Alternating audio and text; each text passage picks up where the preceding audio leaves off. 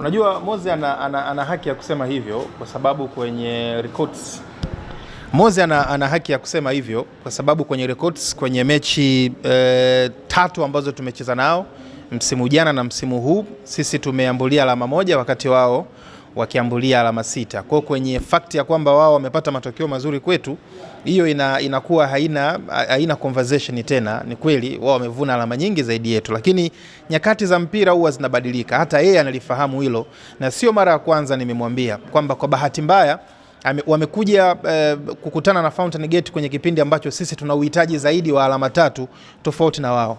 Wamekuja kukutana na timu ambayo ina mabadiliko makubwa kwenye uchezaji, kwenye namna ambavyo tunaziendea hizi mechi na kwa namna ambavyo tuna uhitaji mkubwa wa hizo alama 3.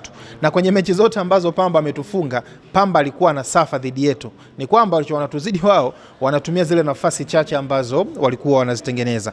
Kwa hiyo wanasema ujinga ni wakati wa kwenda, sasa huu ni wakati wa kurudi. Hatuwezi kukubali tena kuwa wajinga, na niwahakikishie watu wa Arusha, mashabiki wa Fountain Gate, kesho tunakwenda kuonyesha namna gani timu yenye uhitaji wa alama 3 inasaka matokeo kwa namna yoyote ile. Kwa hiyo wajitokeze kwa wingi kuhakikisha basi wanawasapoti vijana ili tuweze kulitimiza hilo lengo. Kila ambacho Moze anakiamini hakiwezi kikatokea kesho. Mechi ni saa 8, kwa hiyo saa 6 mageti yatakuwa wazi. Kiingilio ni shilingi 3,000 na shilingi 5,000 kwa maana ya mzunguko ni shilingi 3,000 na maeneo yote ya VIP ni shilingi 5,000. Kwa hiyo tumeweka kiingilio rafiki ili kila mmoja mwenye nafasi aweze kuja kushuhudia huo mchezo, kwa sababu tunahitaji kupata sapoti ya mashabiki, na ninafahamu kesho ni siku ya kazi.